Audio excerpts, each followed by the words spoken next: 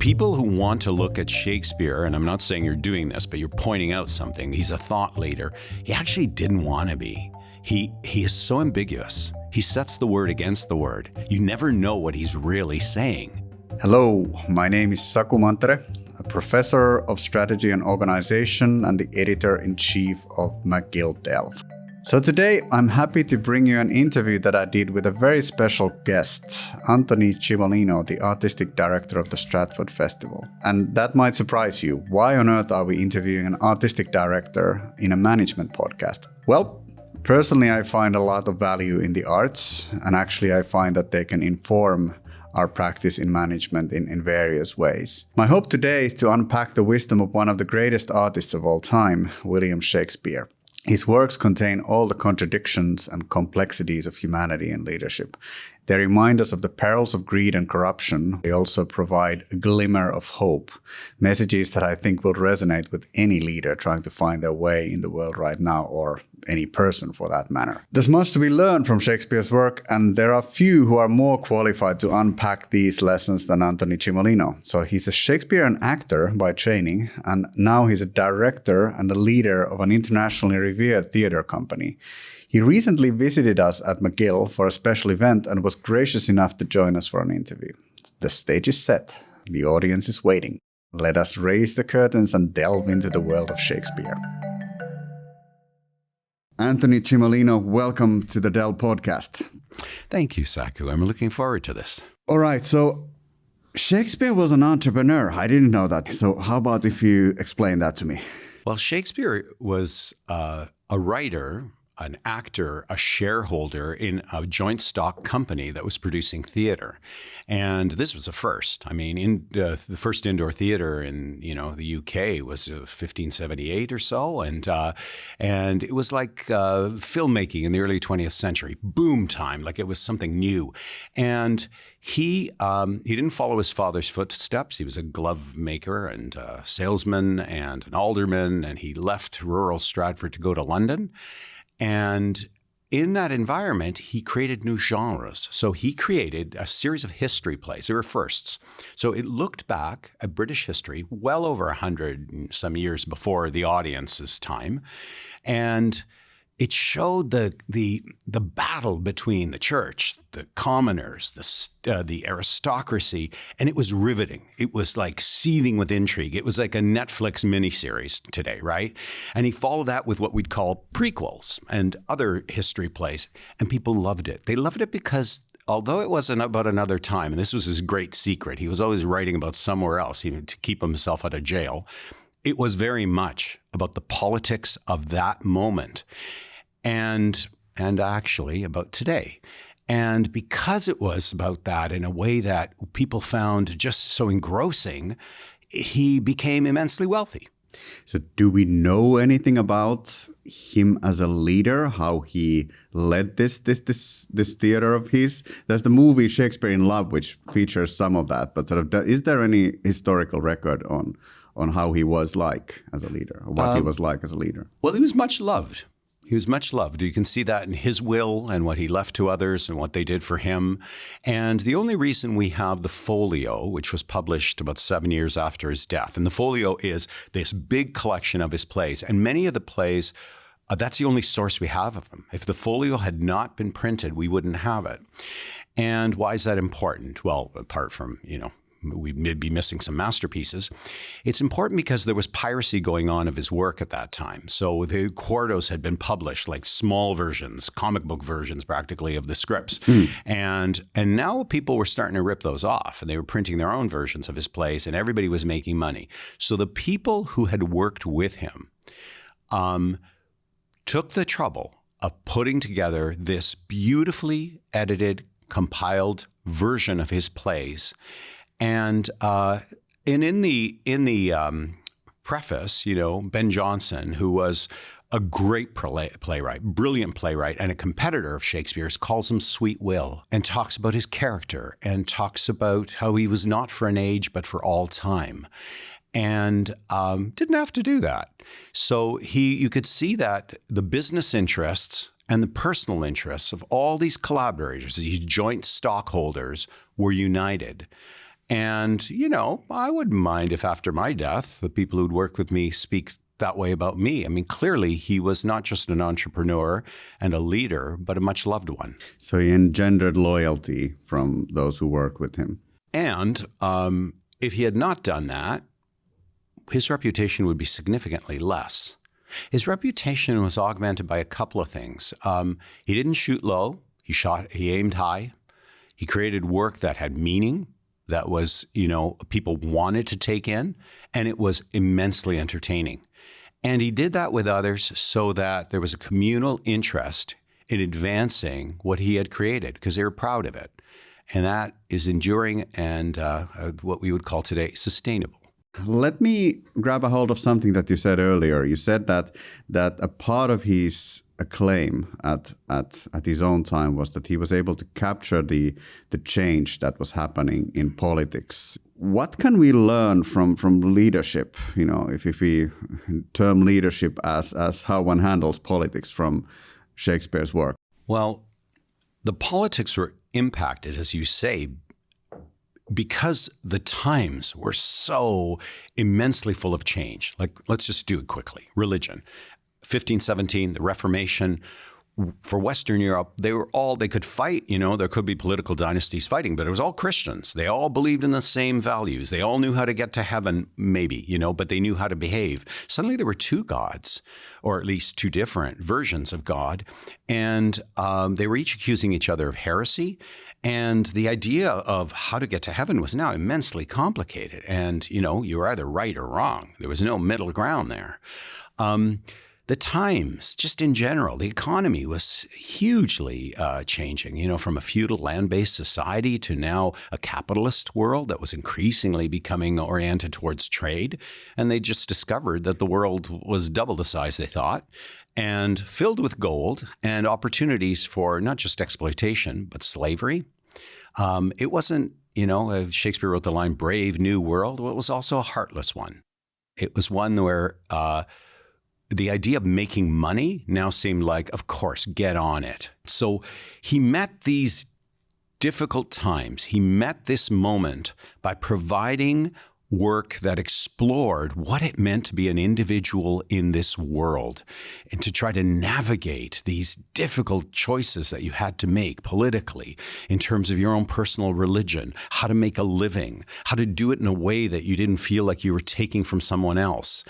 And he realized that somebody else might think, well, it's time to write pap. It's time to write something that is just, simply entertainment. And he wrote some of those plays. But he also wrote things that really got to the heart of human existence in that moment.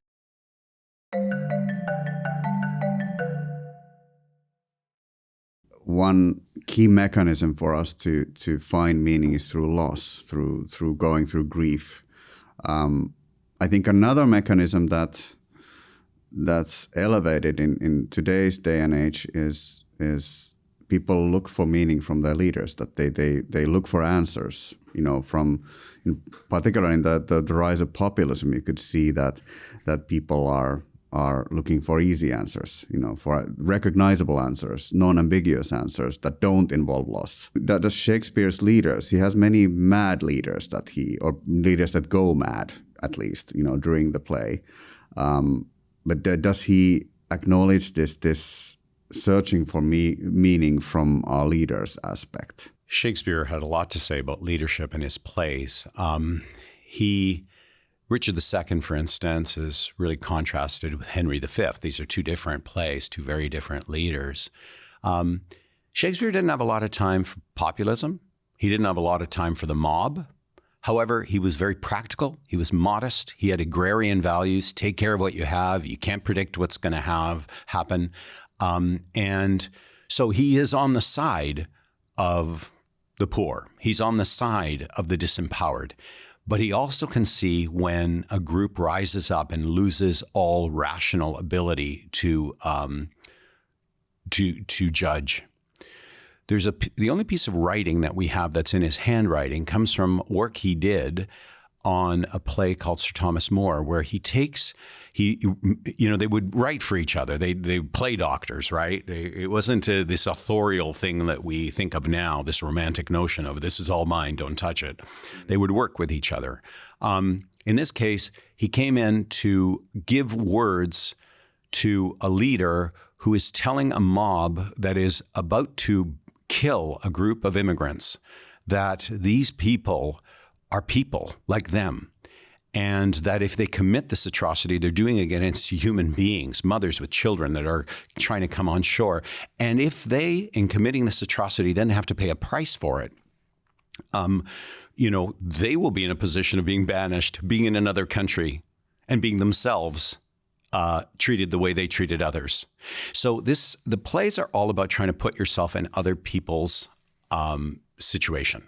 Okay, so this is fabulous. So I was, while you were talking, and in particular, what caught my ear was when he said that that Shakespeare didn't have a lot of time for the mob, in this populist sense. That rather than presenting this mob that seeks meaning from their leaders, he refuses that type of a relationship and presents all these morally ambiguous relationships, that the leader is faced with. So, and there's something that artistic thought leadership can do to somehow fight or resist that populist virus, if we call it that. Is there something to that? Am I reading you wrong? No, you're absolutely right. I just want to now confess that I've been a little simplistic in my treatment of Shakespeare. Okay. People who want to look at Shakespeare, and I'm not saying you're doing this, but you're pointing out something. He's a thought leader. He actually didn't want to be. He is so ambiguous. He sets the word against the word. You never know what he's really saying. It's like life. I don't know what you're thinking right now. You don't know what I'm thinking. I can get up next to my wife after 30 or 40 years having breakfast, not quite sure about what she's thinking. That's the human condition. His plays have that kind of ambiguity. Other writers, Tolstoy, Shaw, they tell you pretty clearly what they think, what their prescription for better living. Shakespeare avoids that. He just tells us that no matter how bad it is, it can be worse. It is not the worst while we have breath to say it is the worst. So what we get from him is a provocation to think for ourselves, to examine, to not be sure. And in that, you have something that is inherently anti-populist. So one of the least challenged assumptions in contemporary understandings of leadership is that leaders need to provide meaning to those that work for them. In particular, in corporate context, that year after year after year, we read another book about how corporate purpose or corporate identity or corporate culture need to be the types of things that the leader works with to provide a shared direction for workers. This is the capitalist relationship that sort of we sell our time, we sell our work to a joint stock company, as you said, typically, or some other type of organization.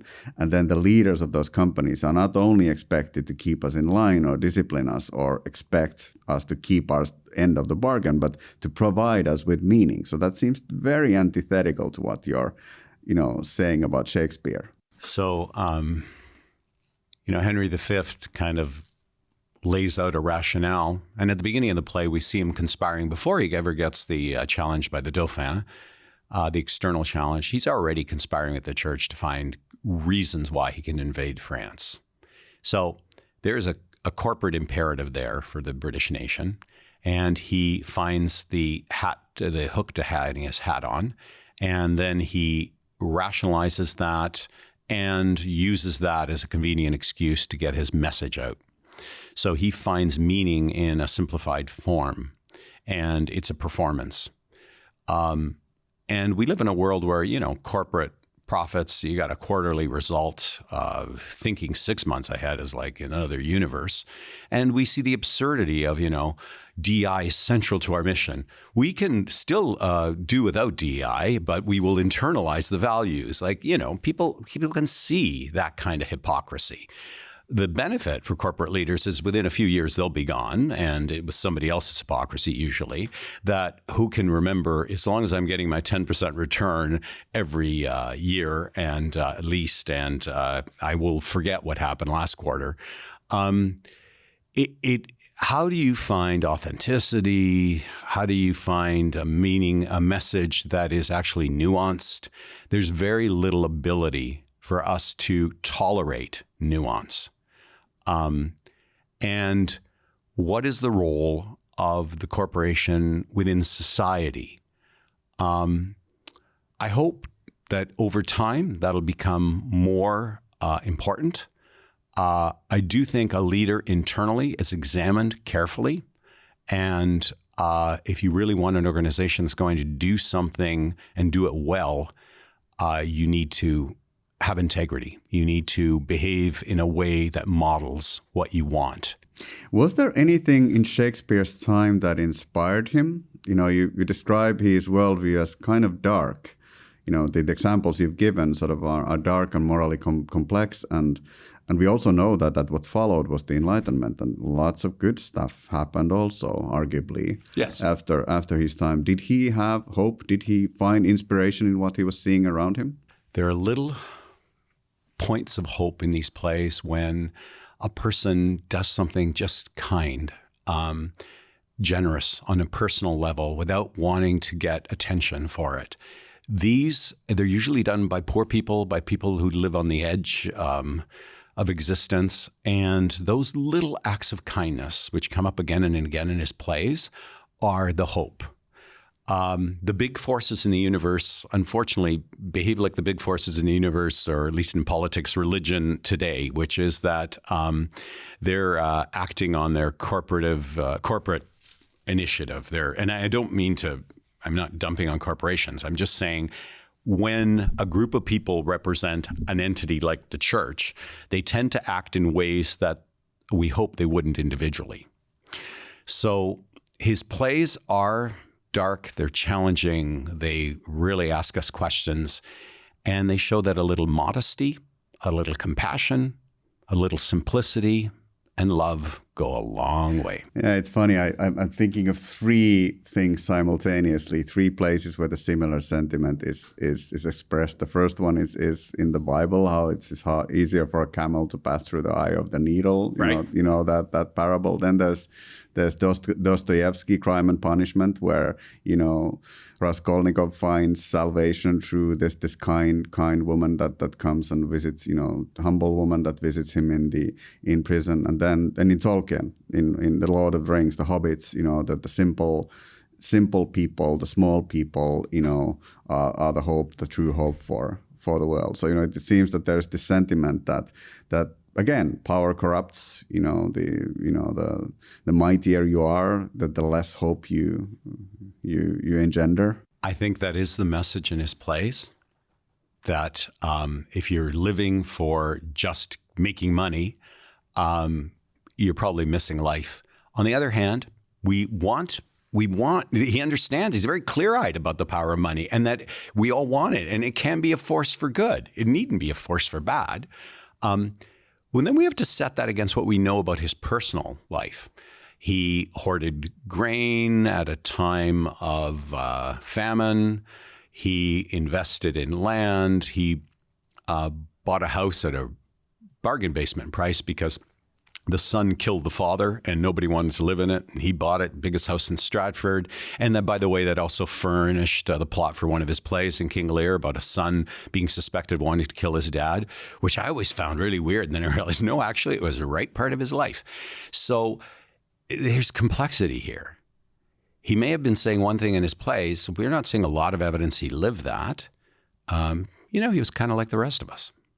The one political force for democracy that we would need at the moment is anybody that could talk about the future in a compelling way. Because, everybody seems to be talking about the past. The left seems to be lamenting the loss of the welfare state, and the right seems to be making things great again, nostalgia.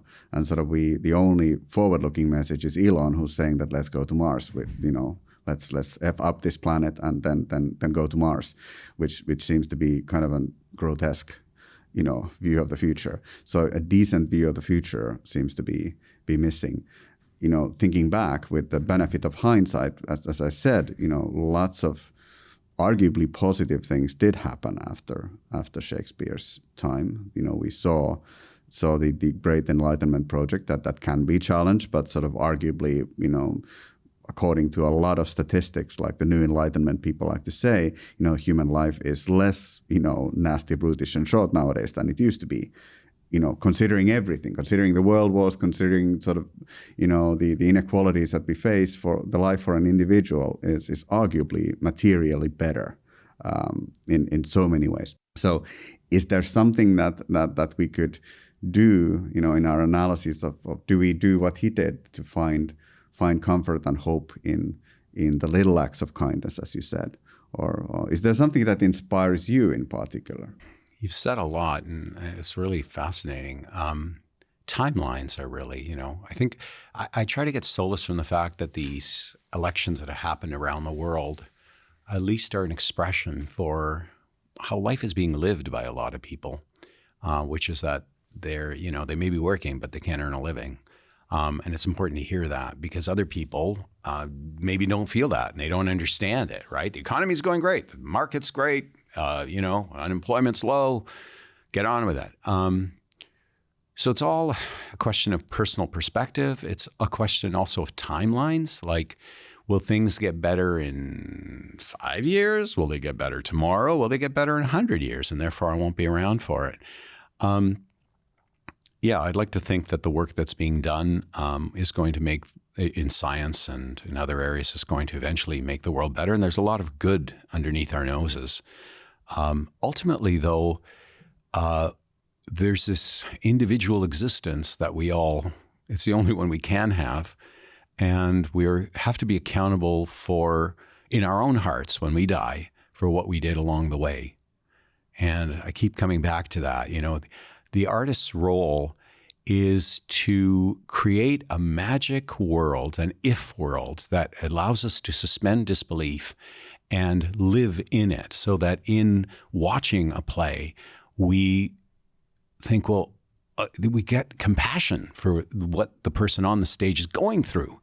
And therefore, in that imaginary world, we then kind of understand something about ourselves and about the life that we're going through, and that somehow we act a little better because of it. That's a very modest thing. It's since the time of Aeschylus and the very first play, which incidentally happened in a democracy where individual accountability mattered.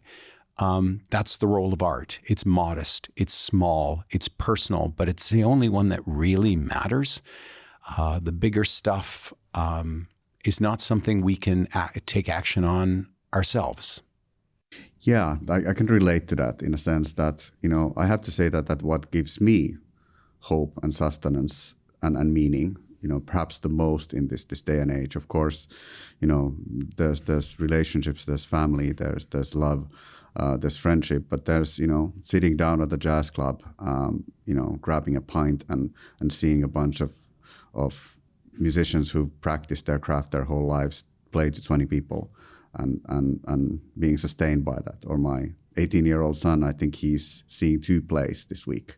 So this generation that's tasked with sort of managing a lot of the mess that we're leaving them with, they find comfort in your profession's work. So I think there's clearly something to be said for finding hope in the arts. Also, I would hope that in the sciences, in research, in education, in these activities where humanity has been, working for generations to find answers, push the boundary of knowledge, educate the next generation.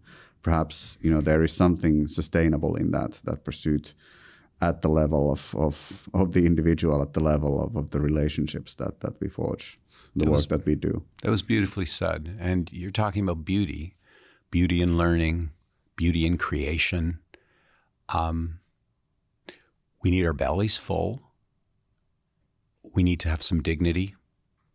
We need to feel that we matter, even if it's just a little bit.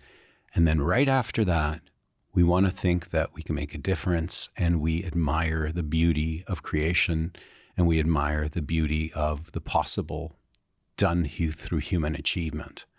So you're absolutely right. That does give us hope. Shakespeare was mindful that that continuum has to all be there, right? That there needs to be food, sustenance,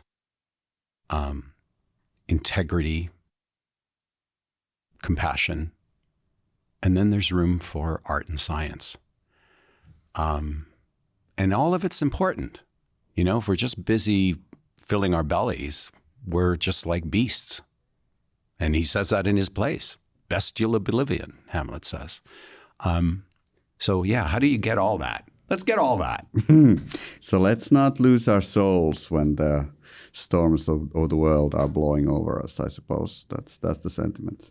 Yeah, it's really hard, because you don't notice the storms are clear, but the wind that's pushing you strongly in one direction is less clear. It maybe even feels lucky in the moment, you know? Antoni, thank you so much for this conversation. I really enjoyed it. Thank you very much. This was a great way to start a day. And that's a wrap. To Antoni Cimolino, thank you so much for joining us and sharing your knowledge. And to our audience, thank you for listening. I hope you learned as much as I did from this interview. And I am Saku Mantere, the editor-in-chief of McGill Delve, the official thought leadership platform of the Desautels Faculty of Management at McGill University, and I was talking to Antoni Cimolino, the artistic director of the Stratford Festival. We'll leave a link in the show notes for those who want to learn more about him.